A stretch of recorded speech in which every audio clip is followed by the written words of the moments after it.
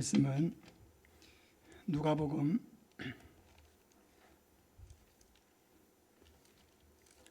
19장입니다.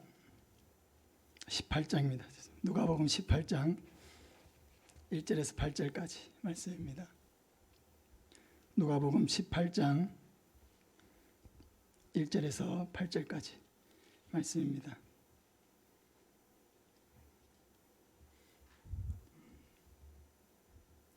누가복음 18장 1절에서 8절까지 한 절씩 교독하겠습니다. 예수께서 그들에게 항상 기도하고 낙심하지 말아야 할 것을 비유로 말씀하여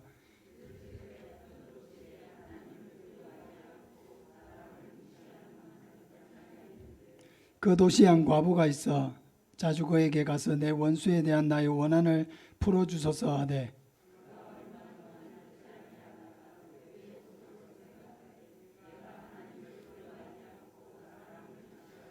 이 과부가 나를 번거롭게 하니 내가 그 원한을 풀어주리라. 그렇지 않으면 늘 와서 나를 괴롭게 하리라 하였느니라.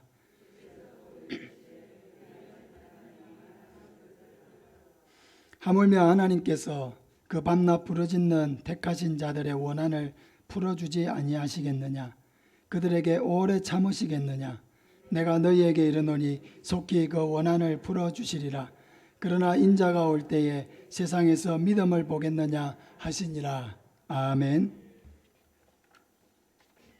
기도하다가 낙심하지 말자 제목으로 말씀을 전하겠습니다. 우리는 무슨 일을 하다가 속히 열매가 나타나지 않으면 금방 낙심하는 경향이 있습니다.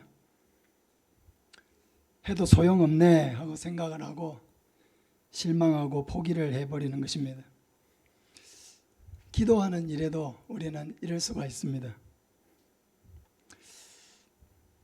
코로나라서 요즘 주일학교에 많은 어린이가 오지 않지만 전에 주일학교를 잘 되고 있을 때 그때 한 아이가 몇 주 정도 교회를 오지 않았습니다. 교회를 잘 오는 아이인데 왜 그 아이가 교회를 오지 않을까? 그 제가 선생님께 그 아이가 왜 교회를 오지 않습니까? 이렇게 물으니까 자기가 하나님 앞에 기도를 했는데 하나님이 응답을 안 해주셔가지고 실망해서 안 온다는 거예요. 참 그 얘기를 들으니까 그 참 일리가 있다. 근데 네가 무슨 기도를 했을까? 그 아이가 과연 무슨 기도를 했길래 하나님이 안 들어주셨고 또 그 아이는 또 얼마 동안 그 기도를 했는지 어쨌든 자기는 실망을 해서 안 온다는 거예요. 사랑하는 여러분, 여러분도 혹시 기도하다가 낙심해 보신 일이 있습니까? 나름대로 나는 기도를 열심히 했고 또 오랫동안 이 제목을 가지고 기도한 것 같은데 왜 하나님이 다른 사람 기도는 다 들어주시는 것 같은데 내 기도만 안 들어주시는 것일까? 그렇게 해서 그만 마음에 낙심이 되고 기도하기가 싫어지고 그렇게 한 일은 없었습니까? 우리가 항상 생각해야 되는 것은 나의 때와 하나님의 때는 다르다라고 하는 것이죠. 내가 이만큼 기도했으니까 나는 할 만큼 했으니까 이만큼 했으면 하나님도 해주셔야지 이런 서운한 인간적인 마음이 생길 수 있지만 나의 때와 하나님의 때는 다르다는 것입니다. 그래서 우리는 기도할 때에 항상 인내심을 가지고 기도를 해야 하는 것입니다. 우리에게 기도하라고 하신 분은 하나님이십니다. 또 예수님께서도 이 땅에 오셨을 때에 하늘에 계신 너희 아버지께 기도하라고 가르쳐 주신 분이십니다. 그러므로 우리에게 있어서 기도는 이미 부여받은 특권입니다. 하나님은 기도하라고 하셨고 기도를 응답해 주신다는 약속을 성경 속에 수없이 하고 계십니다. 정말로 하나님은 응답하시는 하나님이십니다. 무슨 문제를 가지고 기도하든지 하나님은 반드시 응답해 주십니다. 우리는 물론 내가 원하는 방식대로, 내가 구한 대로 해주는 것이 응답이다 이렇게 생각할 수가 있지만은, 우리가 잘 알듯이 그것도 응답이죠. 거기에서 덧붙여서 주시는 것도 응답이죠. 그러나 안 된다 하고 막으시는 것도 응답이고, 기다려라 하시는 것도 하나님의 응답이라는 것을 우리는 성경을 통해서 많이 배웠습니다. 그러므로 우리는 어쨌든 기도를 할 때 하나님이 기도하라고 하셨고 하나님이 응답해 주시겠다고 약속을 하셨기 때문에 우리는 이 응답의 약속을 믿고 믿음을 가지고 온전히 기도해야 하는 것입니다. 예수님은 과부와 재판장의 비유를 통해서 낙심하지 않는 기도의 중요성을 가르쳐 주십니다. 1절에 보면은 예수께서 그들에게 항상 기도하고 낙심하지 말아야 할 것을 비유로 말씀하여 이르시되, 기도를 열심히 했는데 그 끝이 우리의 낙심이라고 한다면 그것은 기도가 올바른 방향으로 간 것이라고 할 수 없습니다. 기도는 하나님이 나의 아버지시고 나의 기도를 들으신다고 하는 분명한 확신과 믿음에서 출발하는 것입니다. 기도하는 사람에게 하나님은 반드시 응답하실 것이라고 하는 이 믿음이 없이 기도한다고 하면 그 다 지칠 수밖에 없는 것이죠. 나는 했는데 왜 응답이 오지 않느냐. 그런데 기도하다가 낙심이 생기고 절망을 하게 된다면 뭔가 우리는 하나님에 대한 그런 오해가 생기고 믿음의 오해가 문제가 생긴 것이라고 할 수 있습니다. 하나님이 여전히 살아계신 하나님이시고 내가 하나님의 자녀이고 하나님이 내 아버지라고 하면은 내 기도를 듣지 않을 이유가 없는 것이죠. 왜 하나님은 내 기도는 이렇게 안 들어주시는 것 같을까? 그런 고민이 찾아오더라도 우리는 지속해서 하나님 앞에 하나님의 때를 구하고 인내심을 가지고 기도해야 하는 것입니다. 기도하면서 낙심하지 말라고 예수님께서 오늘 이 비유를 우리에게 주신 것입니다. 어느 도시에 하나님을 두려워하지 않고 사람을 무시하는 재판관이 있었습니다. 진퇴양난이죠. 하나님도 두려워하지 않고 사람도 무시하는, 자기밖에 모르는 이런 재판관이 있었다는 것입니다. 하나님을 두려워하지 않으니까 이 사람은 도덕적으로 문제가 많았을 것입니다. 양심이 작동하지 않는 사람이었을 것입니다. 게다가 이 사람은 사람을 무시하니까 자기의 권력만 믿고 다른 사람이 괴로움을 당하든지 말든지 상관없이 그런 전혀 다른 사람의 마음을 헤아리는 마음이 없었을 것입니다. 그런데 이 도시에 한 과부가 있었습니다. 이 과부는 어떤 사람에게 큰 원한을 가지고 있었는데 아마도 이 사람이 가난하고 어려웠기 때문에 억울한 일을 당했던 것 같습니다. 자기가 억울한 일을 당했는데 이것을 자기 힘으로는 도무지 해소할 수가 없으니까 재판장에게 찾아온 것입니다. 한 시민이 억울한 일을 당해서 재판장을 찾아와서 도와달라고 하는 것은 마땅한 시민의 권리인 것입니다. 그래서 이 과부는 날마다 이 재판관에게 와서 자기의 원한을 풀어달라고 아우성쳤습니다. 3절에 보면은 자주 그에게 가서 이런 말이 있습니다. 자주 그에게 갔다. 이 말은 헬라어 단어인 에르케토라고 하는 이 헬라어 단어를 번역한 것인데, 이 말은 한 번 갔다 온 것을 말하는 것이 아니고 계속해서 반복해서 끊임없이 주구장창 계속 자기의 원한을 들어줄 때까지 계속 간 그 행위를 의미합니다. 자기의 원한을 풀어달라고 구하면서 이 사람에게는 절대 포기가 없었다는 것입니다. 왜? 요구할 때가 여기밖에 없고 도와줄 수 있다면 도와줄 수 있는 곳이 여기밖에 없기 때문에 포기하지 아니하고 들어줄 때까지 포기하지 않고 그렇게 매달렸다는 것입니다. 그러므로 이 단어가 이 비유에서 가장 핵심이 되는 단어입니다. 여러 번 계속 과부가 아우성을 치는데도 이 재판관은 눈도 깜짝하지 않았습니다. 문을 두드리면서 내 원한을 풀어주소서, 내 원한을 풀어주소서 하는데, 아이고 오늘도 왔다 갔나 보다, 오늘도 왔다 갔나 보다 하고 별 신경도 쓰지 않고 해버렸습니다. 그런데 몇 번 하다가 포기할 줄 알았는데 그게 아닌 거예요. 또 와서 얘기하고 또 와서 얘기하고, 내일쯤이면 이제 안 올까? 아닌데 또 와서 얘기하고 또 와서 얘기하고, 도무지 이 과부는 포기할 줄 모르는 그런 사람이었습니다. 그래서 계속 이 여자가 찾아와서 이렇게 얘기를 하니까 그때서 이 재판관이 조금 생각이 바뀌게 되었습니다. 4절 5절에 보면은 그가 얼마 동안 듣지 아니하다가 후에 속으로 생각하되 내가 하나님을 두려워하지 않고 사람을 무시하나 이 과부가 나를 번거롭게 하니 내가 그 원한을 풀어주리라. 그렇지 않으면 늘 와서 나를 괴롭게 하리라 하였느니라.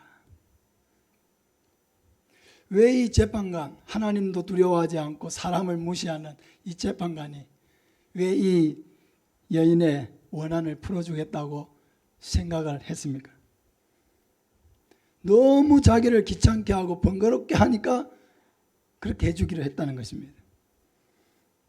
그 과부를 시민으로서 아끼는 마음이 있었던 것도 아니고, 그 과부의 무슨 뒷배경이 좋아서 신경을 써줘야 되겠다 생각한 것도 아니고, 그 과부의 상황이 너무 딱해서 그냥 둘 수 없다고 생각한 것도 아니고, 그 과부에게 이런 원한을 지은 그 사악한 사람을 내가 반드시 심판을 해야 되겠다, 이런 마음도 아니었다는 것입니다.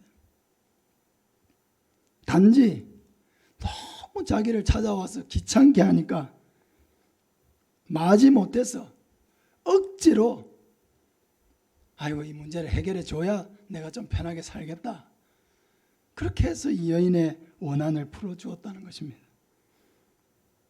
예수님은 이 비유를 말씀하신 후에 이렇게 말씀하십니다. 6절에 보면 주께서 또 이러시되 불의한 재판장이 말한 것을 들어라.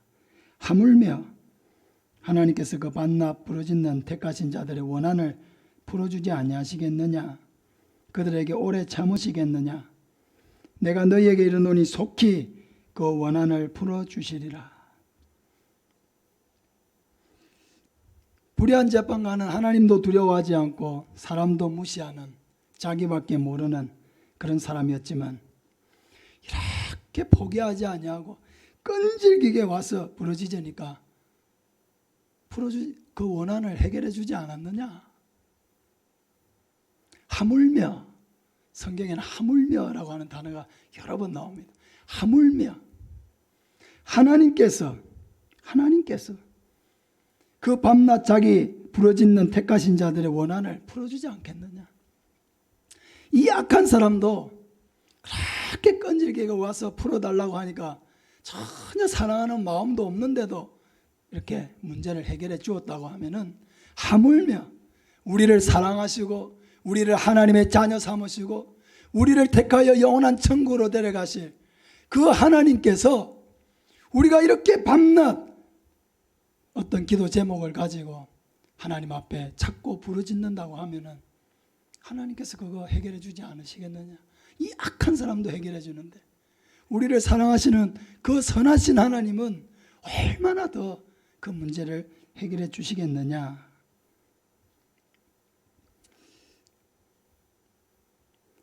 예수님은 단호하게 말씀하십니다. 속히 그 원한을 풀어주리라. 이게 하나님의 마음이라는 것입니다. 사랑하는 여러분, 예수님께서 이 정도까지 우리에게 말씀하시는 이유가 뭐겠습니까? 포기하지 말라는 것입니다. 너희들이 포기하는 이유가 어디에 있느냐? 믿음이 없기 때문에 포기하는 것이지, 믿음이 있는 사람은 절대 포기하지 않는다는 거죠. 이 과부가 왜 끈질기게 이 재판관에게 매달렸습니까? 이 재판관이 내 문제를 해결해 줄 수 있다는 믿음이 있었기 때문이죠. 이 재판관이 힘이 있고 권력이 있기 때문에 이 재판관이 내 문제를 해결해 줄 수 있지 다른 사람이 해결해 줄 수 없다. 그러니까 끈질기게 그 믿음을 가지고 매달린 것이죠. 예수님이 이 비유를 다 말씀하신 후에 뭐라고 말씀하십니까? 그러나 인자가 올 때에 세상에서 믿음을 보겠느냐? 기도하다가 포기하는 그것은 믿음이 없기 때문에 포기한다는 거죠. 하나님만이 내 문제를 해결해 주실 수 있는 유일한 분이라고 한다면은 절대로 포기할 수 없다는 거죠. 다른 사람은 내 문제를 해결해 줄 수 있는 사람이 없고 오직 하나님만이 내 문제를 해결해 주실 수 있다는 이 분명한 믿음이 있다고 하면은 포기가 안 된다는 거죠. 사랑하는 여러분, 예수님이 이렇게까지 이야기하시는 것은 네가 기도할 때에 믿음을 가지고 하는 거냐 아니면 그냥 해보는 거냐 이렇게 물으시는 겁니다.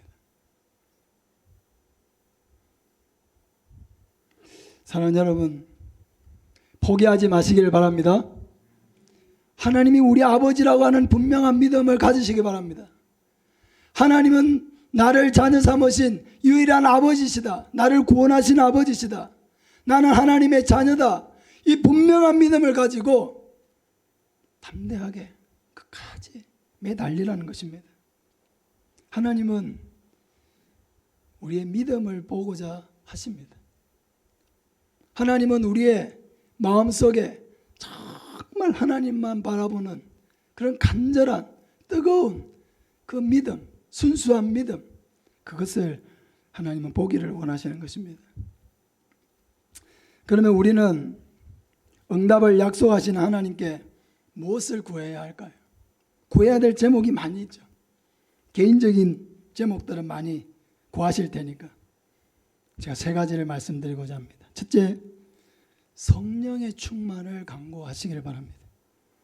누가복음 11장 13절에 너희가 악할지라도 좋은 것을 자식에게 줄 알거든 하물며 너희 하늘 아버지께서 구하는 자에게 성령을 주시지 않겠느냐 하시니라. 여러분, 우리가 신앙생활을 하면서 믿음으로 살기 위해서는 성령의 충만함을 입어야 합니다. 성령의 충만함을 입지 않으면은 살고 싶은 삶을 살아낼 수가 없어요. 내 머릿속에는 이거 내가 이렇게 살아야 되는데, 빛으로 살아야 되는데, 소금으로 살아야 되는데 늘 생각은 하지만 그냥 나는 한 사람, 세상 사람과 구별되지 않는 그냥 한 사람으로 살아갈 뿐입니다. 성령을 사모해야 돼요. 성령은 하나님이 우리에게 주시는 가장 좋은 선물이라는 것이죠. 너희가 악한 자라도 자식에게는 좋은 것을 줄 알지 않느냐. 하물며 하늘 아버지께서는 구하는 자에게 성령을 주시지 않겠느냐. 성령은 하나님이 주시는 가장 귀하고 좋은 선물이라는 것입니다. 성령이 우리에게 임하실 때에 우리는 예수님을 주님이라고 고백하고 예수님을 믿을 수 있습니다. 성령이 임하실 때 우리는 여러 가지 은사를 받아 누릴 수 있습니다. 갈망하는 마음이 있어야죠. 정말 사모하는 마음으로, 정말 갈망하는 마음으로 그렇게 사모해야죠. 복음을 전하는 일도 성령이 충만하지 않으면 결코 감당할 수 없는 일입니다. 전도는 우리가 하는 것처럼 보여도 성령 하나님이 우리를 도구로 삼아서 일하시는 것입니다. 제가 전도를 하고 열매를 얻는 사역을 할 수 있었던 것은 바로 사무치는 마음으로 전도하기를 원하고 그 한 영혼을 얻기를 갈망하는 마음으로 그렇게 하나님 앞에 엎드렸을 때에 그때 하나님께서 그 은혜를 주시더라고요. 그전에도 저도 열심히 전도했습니다.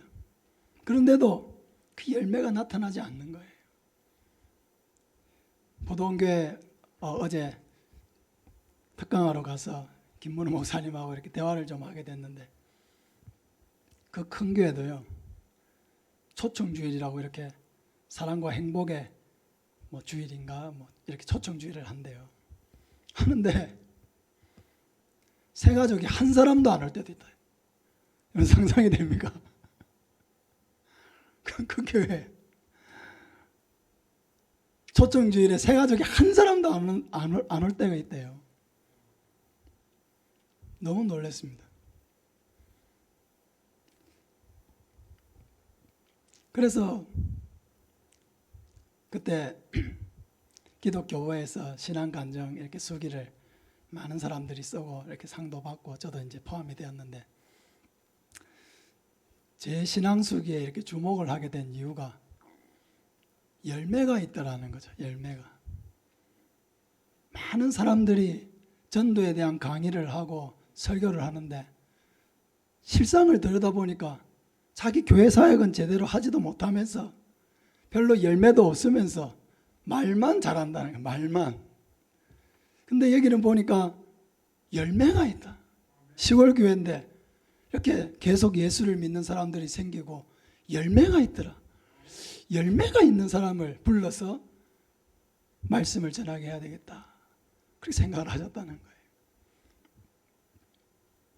근데 여러분 열매라고 하는 게 여러분의 마음속에도 그렇지 않습니까? 나도 전도해서 나로 인해서 예수 믿는 사람이 생기면 좋겠다.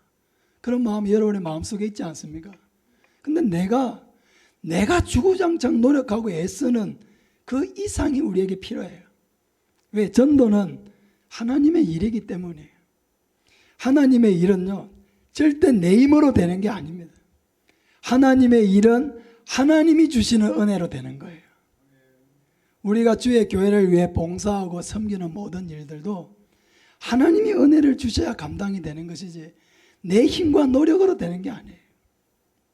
제가 새벽 기도 때 설교를 마치고 앉아서 기도할 때 제일 많이 하는 기도가 뭔지 아세요? 하나님, 저는 도무지 이 교회를 이끌어갈 힘과 능력이 없습니다. 이 교회를 제 힘으로 감당할 수 있는 능력이 없습니다. 하나님께서 날마다 저에게 은혜를 주시지 않으면 설교할 수도 없고 이끌어갈 수 없습니다. 항상 제 기도는 할 수 없다는 기도예요.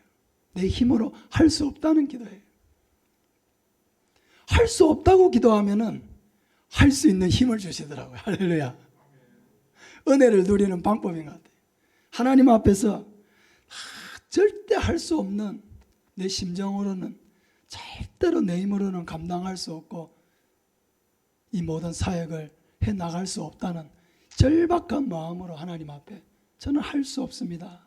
그렇게 기도하면은 기도하고 일어서면 할 수 있는 힘을 주시는 것입니다. 할렐루야. 전도하는 일이 결코 나의 일이 아니라는 것을 여러분 깨달아야 합니다. 내가 한 영혼을 구하고 싶은 마음보다요 하나님이 그 영혼을 구원하고 싶은 마음이 여러분 100배 1000배 큰 것입니다. 내가 구하는 게 아니에요. 그래서 성령의 충만함을 받아야 하는 것입니다. 사모해야 되는 것이죠. 하나님, 내가 하나님이 원하시는 이 영혼 구원하는 일, 이 복음 전하는 일, 그 한 영혼을 회복하는 일, 그 하나님의 일에 쓰임받는 도구가 되기를 원합니다 하는 이런 간절한 사무치는 그런 절박한 그런 가슴 깊은 곳에서 나오는 내 중심에서 올라오는 그런 기도가 우리에게 있어야 하는 것이죠. 그러면 하나님께서 그 열매를 맺어주시는 것입니다. 사랑하는 여러분,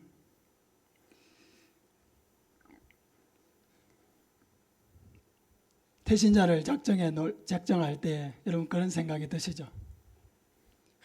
이 사람 도무지 예수 믿을 것 같지 않은데 적어야 되나? 그래도 보고 좀 순한 사람, 이런 사람 적죠. 좀 순하고 내가 무슨 얘기하면 그래도 조금 들어줄 것 같고. 그 내 생각이에요. 절대로 우리 생각입니다. 우리가 하나님이 택해 놓은 사람을 알 수가 있습니까? 한번 보세요. 우리가 몇 년 동안 전도를 했잖아요. 몇 년 동안 대신자를 작정했잖아요. 내 생각에 그 순한 사람이 예배드리러 교회에 왔습니까? 예수 믿겠다고 결단을 했습니까? 내 생각으로 하면 안 돼요. 내 생각에 예수 믿을 것 같은 사람을 적는 게 아닙니다. 예수 믿어야 할 사람을 적는 겁니다. 그 사람의 성격이 투박하든 그 사람의 성격이 좀 개팍해 보이든 얼굴이 우락부락 해가지고 말도 한번 못 붙일 그런 사람인 것처럼 보여도 여러분 그 마음 중심은요 훨씬 부드러울 수가 있어요. 얼굴은 막 해가지고 그렇게 좋은 사람이 오히려 더 마음은 딱딱하고 교만하고 악할 수 있어요.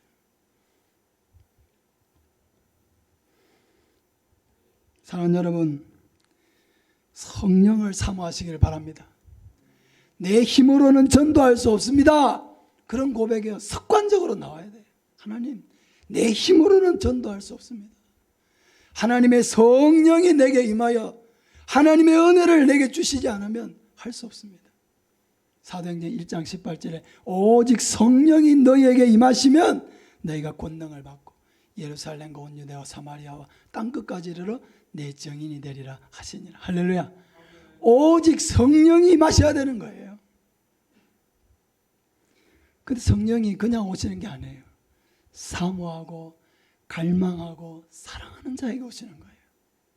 여러분, 복음 전하려고 이렇게 하면서 그냥 하라고 하니까 하고 하는 것이 아니라 정말 사무치는 마음으로 정말 전도자가 되고 싶은 그런 갈망으로 하나님 앞에 성령을 구해보신 일이 있습니까? 정말 내가 한평생 예수 믿어왔지만은 나라고 하는 사람이 한평생 한 사람도 전도하지 못한 이 인생을 아버지 하나님 나를 불쌍히 여겨서 성령으로 나를 좀 충만케 하셔서 정말 저 죽어가는 영혼 한 영혼이라도 구원할 수 있는 그런 복음의 도구가 되게 해달라고 그런 갈망하는 마음으로 여러분 사무치는 마음으로 기도해 보신 일이 있습니까? 하나님은 사모하는 영혼을 만족해 하십니다. 두 번째로 대신자의 구원을 위해서 기도하시기를 바랍니다. 디모데전서 2장 4절에 하나님은 모든 사람이 구원을 받으며 진리를 아는 데 이르기를 원하시느니라. 하나님은 모든 사람이 구원받기를 원하시기 때문에 당연히 우리가 작정한 가족들, 또 자녀들, 이웃들, 직장 동료들, 우리의 친구들이 예수 믿기를 원하십니다. 그런데 하나님 혼자서 역사하실 수 있고 혼자서 구원하실 수 있는데 성경에 보니까 그렇게 하지 않으세요. 하나님은 순종하는 사람을 통해서 일하시고 그 일을 위해서 기도하는 자를 통해서 역사하시더라고요. 하나님이 다 하실 수 있는데 베드로를 왜 보내시고 하나님이 다 하실 수 있는데 왜 바울과 바나바를 보내십니까? 하나님은 그 하나님의 사역에 동력하는 자를 원하시는 거예요. 찾으시는 거예요. 그래서 여러분 내 기도가 하나님의 구원 사역에는 결코 작은 것이 아니라는 것을 우리는 알아야 합니다. 내가 작정한 그 대신자들을 위해서 하나님 앞에 기도할 때에 하나님은 그 기도를 사용하십니다. 사용하기를 원하십니다. 그걸 기뻐하십니다. 부모님의 구원을 위해서 여러분 간절하게 기도하시기를 바랍니다. 더 미루지 마시기를 바랍니다. 또 자녀들의 구원을 위해서 간절하게 기도하시기를 바랍니다. 우리의 남편과 이웃들과 친구들의 구원을 위해서 간절하게 기도하시기를 바랍니다. 그들의 지금 지옥문 앞에 있다는 것을 우리는 기억해야 하는 것입니다. 하나님은 항상 우리의 도움이라고 하는 것이 별로 대단하지 않아도 그 작은 도움을 통해서 일하시기를 기뻐하십니다. 예수님이 오병이어의 기적을 행하실 때도 무에서 유를 창조하실 수 있지만은 예수님은 오병이어를 통해서 그 어린아이가 가지고 있던 오병이어를 통해서 오병이어의 기적을 나타내셨습니다.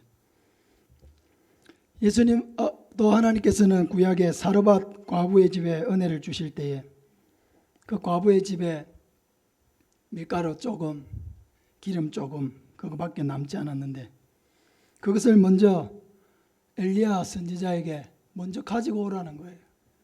지금 이거 만들어 먹고 죽겠다고 하는 이 불쌍한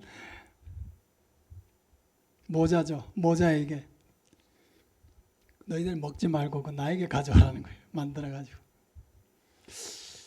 저는 그렇게 못할 것 같아요. 근데 엘리야는 그렇게 했습니다. 왜 그렇게 했습니까? 그것이 축복의 통로가 되도록 하기 위해서 그렇게 한 거죠. 먼저 하나님 앞에 바치도록 하기 위해서 그렇게 한 거죠. 내 먹고 사는 이것이 하나님께 달려있다는 것을 고백하도록 하기 위해서 그렇게 한 거죠. 그렇게 하니까 어떻게 됐습니까? 기근이 다 하는 동안에 밀가루통에 가루통에 가루가 떨어지지 아니하고 기름병에 기름이 떨어지지 아니하였더라. 할렐루야. 그냥 주실 수 있어요. 하나님께서 기름병을요 마차에 싣고 와가지고 창고에 재놓게 하실 수도 있고 밀가루를 마차에 싣고 와가지고 창고에 재놓고 딱 숨겨놓고 가뭄을 지내라 이렇게 하실 수도 있는데 아마 그렇게 했다면은 동네 사람들이 다 달려 들어가지고 다 빼앗아 갔겠죠. 사랑하는 여러분, 제가 어릴 때 겨울이었어요. 추수가 다 끝난 겨울이었는데 겨울이 가까워 오는 이제 늦가을 정도 되는 그때인데 새벽이 꽤 추웠어요. 근데 아버지가 그 소마옥간에서 거름을 이렇게 해가지고 경운기에 이제 잔뜩 실어서 그걸 이제 논에다 갖다 뿌리려고 이제 하려고 했어요. 그때가 아침 한 6시쯤 됐는데 제가 그때 자고 있었거든요. 자고 있는데 아버지가 새벽기도 갔다 온 그 차온 손으로 여기다가 싹 넣는 거예요. 제가 얼마나 막 정신이 번쩍 들 정도로 깨는 거예요. 그래가지고 아빠 저게 논에 간다 따라와라 하고 그냥 가버리더라고요. 그냥 누워가지고 그냥 잘까 따라갈까 잘까 따라갈까 하다가 따라갔어요. 꽤 춥더라고요. 그래 가가지고 경운기를 이제 뭐 논에 이렇게 가면서 이제 거름을 이렇게 논에다 뿌리는 거죠. 다 해보셨죠? 아시죠? 뿌리는데 그 제가 그 생각을 늘 하는 이유가 뭐냐면은 결국 간다고 해가지고 제가 뭐 큰 도움 되는 게 아니거든요. 제가 뭐 어린데 뭐 아버지 대신에 막 다 막 해주고 이렇게 하는 것도 아닌데 아버지는 꼭 일하러 갈 때 저를 데리고 가려고 하는 거예요. 그래서 제가 가만히 생각해 보니까 그런 거예요. 내가 일하러 따라간다고 큰 도움 되는 것도 아닌데 왜 아버지는 자꾸 일하러 가는데 나를 데리고 가려고 할까? 그 제 생각이 탁 깨달았어요. 아버지는 나랑 같이 있고 싶어 하시는구나. 내가 큰 도움이 돼서가 아니라 그냥 아버지는 그냥 내가 옆에 있는 게 좋으시구나. 그 생각을 하게 된 거죠. 그러니까 내가 뭐 큰 도움 드리는 게 아니라도 아버지는 그냥 제가 경운기 의자에 앉아 있는 것만 봐도 그냥 힘이 나서 그냥 일이 되시는 거죠. 그 제가 그걸 생각하면서 하나님도 그러시겠구나. 하나님도 그러시겠구나. 내가 하는 일이 하나님 나라에 막 큰 대단한 무슨 성과를 드리는 게 아니라도 그냥 내가 이렇게 하나님 앞에 예배드리러 오는 게 하나님 보시기에 너무 좋고 내가 하나님을 위해서 뭘 좀 해보려고 하는 그런 게 참 좋고 내가 하나님 잘 안 되지만은 그 전도하기 위해서 전도할 수 있는 은혜와 힘을 달라고 용기를 달라고 그렇게 기도할 때 하나님 보실 때는 그게 얼마나 참 그냥 귀하게 사랑스럽게 보이실까. 결국은 하나님이 다 하실 거면서 같이 하자고 자꾸 우리를 손을 잡아서 이끄는 것입니다. 그는 하나님이 우리를 사랑하셔서 그런 거죠. 그냥 사랑하니까 옆에 와서 경상도 말로 일렁거리기만 해도 좋은 거예요. 사랑하는 여러분, 저는 그런 생각을 해봐요. 전 세계에 예수 믿는 사람 굉장히 많고 나보다도 믿음 좋고 헌신된 사람들 너무 많을 거예요. 김문우 목사님이 그 전도국장님을 막 자랑하시더라고요. 이 전도국장님이 한 2, 3주 전에 일주일 동안 부흥회 같은 것을 했거든요. 전국에 뭐 유명한 뭐 우리가 이름만 들어도 알만한 그런 강사님들 모셔가지고 그렇게 이제 일주일 동안 부흥회를 했는데 식사비를 이 전도국장님 혼자서 다 부담을 했다는 거예요. 식사비가 얼마인지 알아? 이러면서 500만 원 들었다는 거예요. 식사비 500만 원. 일주일 동안 부흥 강사 대접한 식사비 500만 원 들었다는 거예요. 난 돈을 하나도 안 줬거든. 근데 이 양반이 다 했다면서 막 자랑을 하시더라고요.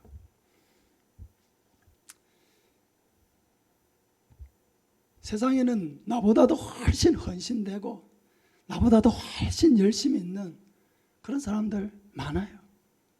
많아요. 그런데도 하나님은 그런 사람만 좋아하시는 거 아니에요. 때로는 내가 부족하고 연약해도 내가 하나님 앞에 뭘 많은 것을 드리고 하지 못해도 내가 조금 하나님을 위해서 뭔가 해보려고 하는 그거 하나님이 귀하게 여기시는 거예요. 하나님 하시는 일에 조금이라도 기도로 보탬이 되고 순종으로 조금 보탬이 되고 뭔가 좀 함께 해보려고 발버둥을 쳐도 그것만으로도 하나님은 너무 우리를 기뻐하시고 귀하게 여기시고 그걸 통해서 역사하시고 하나님이 우리와 함께 하시는 걸 보여주기를 원하시는 거예요. 내가 아무것도 안 하고 있으면요, 하나님이 무슨 일을 하셔도 그게 하나님이 하신 일인지 전혀 몰라요. 감격이 없어요. 감사가 없어요. 그러나 내가 함께 해보려고 기도하고 한 사람이라도 전도해보려고 안 되지만은 해보려고 사람들에게 가서 입도 열어보고 용기를 내보고 또 불안하니까 가기 전에 또 기도도 해보고 그런 과정들을 통해서 비록 내가 전도를 한 사람 못했다 할지라도 내가 전도하지 않은 다른 사람이 왔을 때 그 사람이 예수 믿고 구원받고 우리의 형제 자매가 되었을 때 그게 감사한 거예요. 그게 기쁜 거예요. 왜? 나도 그 일에 함께 동참을 했기 때문에 그게 사람의 일이 아니라 하나님이 하신 일이라는 것을 깨닫기 때문에 그게 그렇게 기쁜 거예요. 사랑하는 여러분, 이번엔 특별히 가족 전도를 위해서 여러분 힘을 쓰시길 바랍니다. 그들의 필요를 채워주시기를 바랍니다. 가족들에게 좋은 사람이 되시기를 바랍니다. 그래서 정말 이번 초청주일에는 끝나고 나서 꼭 한 가정이라도 부부가 같이 예배드리러 올 수 있는 그런 초청주일이 되기를 소망하고 기도하고 있습니다. 우리 여러분들도 한 마음으로 그렇게 기도하고 또 되신 자들을 위해 기도해서 우리를 통해서 일하시는 하나님을 체험하고 경험하는 저와 여러분 되시기를 예수님의 이름으로 축복합니다.